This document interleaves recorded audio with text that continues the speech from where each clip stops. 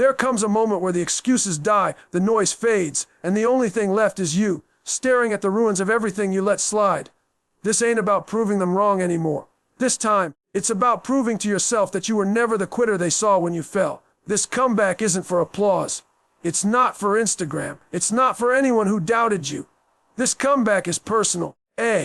It's for the nights you cried in silence. It's for the mornings you couldn't get out of bed. It's for the shame, the guilt, the weight of all the moments you didn't show up for yourself. You let yourself break. You let the storm drown you. You handed the keys to your life over to fear, laziness, pain, addiction, comfort. But now you're here, still breathing, still standing. And that means you've got one more shot, one more war to fight. So don't walk into this comeback like it's business as usual.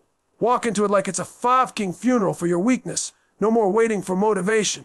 No more waiting to feel good. Burn the blueprint of who you used to be and build a new version. One forged in pain, one that doesn't flinch when life punches first. You don't owe the world an explanation. You owe yourself a legacy. You already lost once.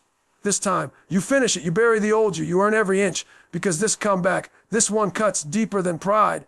This one is personal. You didn't start this way.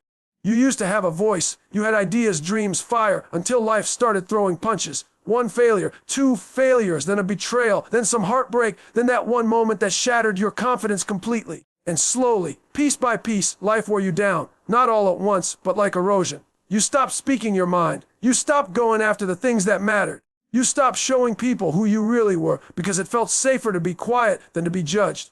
You let other people's opinions become your compass. You let fear become your voice. Now you're just existing, not living. Walking around muted, dim, playing it small so you don't disturb anyone. You used to be loud with purpose, but now your silence is just survival. You lost your fight, not because you couldn't win, but because you stopped swinging.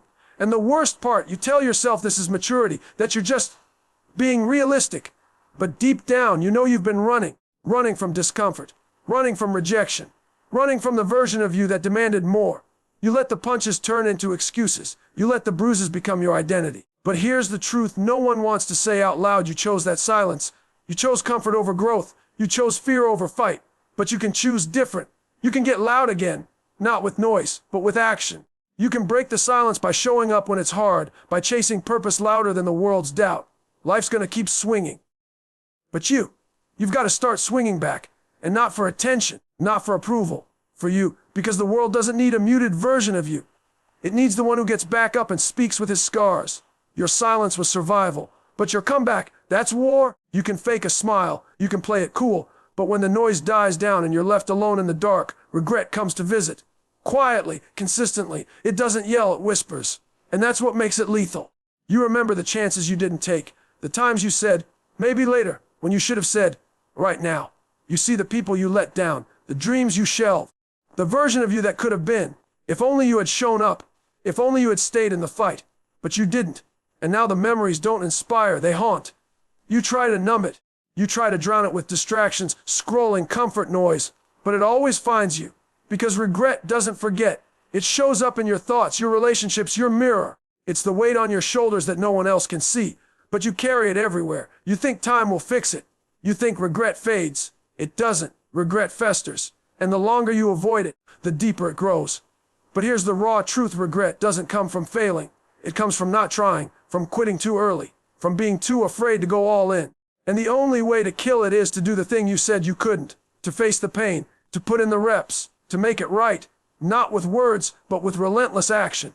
If you're still breathing, you're not done. The story's not finished. Don't spend the rest of your life haunted by what could have been.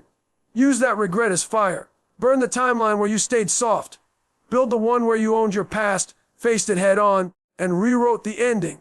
Because regret will either break you or build you, but only if you're willing to get back in the fight. You say you're trying, but are you really? You post about growth, you talk about discipline, you read books and watch motivation videos. But when no one's watching, you're back to the same patterns. You've convinced yourself that just thinking about change is the same as becoming someone new.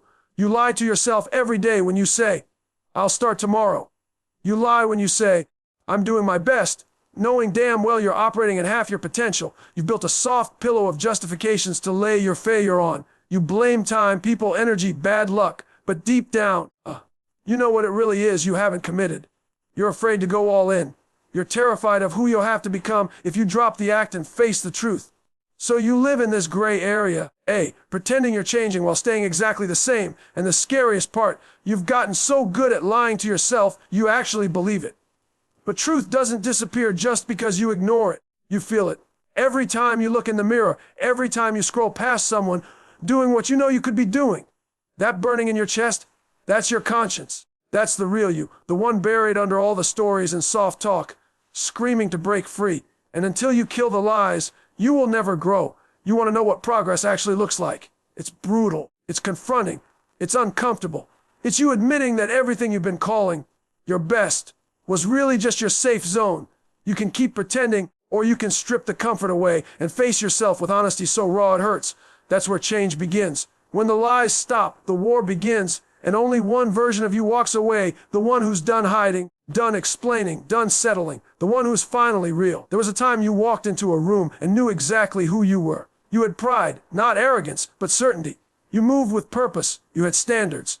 But somewhere along the way, life broke you down, and instead of rebuilding with fire, you started patching holes with comfort. Now you look in the mirror and see a stranger staring back, not physically, but in your eyes. There's no fight there. Just fatigue, just confusion. You used to be relentless, used to chase things with hunger, used to speak with conviction. But now you compromise. You hesitate. You've become someone you said you'd never be, passive, reactive, small. You gave up your identity piece by piece, in every excuse, every shortcut, every time you chose the easy way out. And now you're sitting in a life that looks nothing like the one you envisioned, wondering when exactly you disappeared. Truth is, you didn't lose yourself all at once. You faded. And fading is harder to notice than failure. But here's the thing, identity isn't found. It's forged. And if you've lost yours, it's because you stopped building it. You let your circumstances define you. You let the people around you shape your worth. You let comfort creep in and convince you that surviving was the same as living. But deep inside, something's still there. That fire's not dead. It's buried.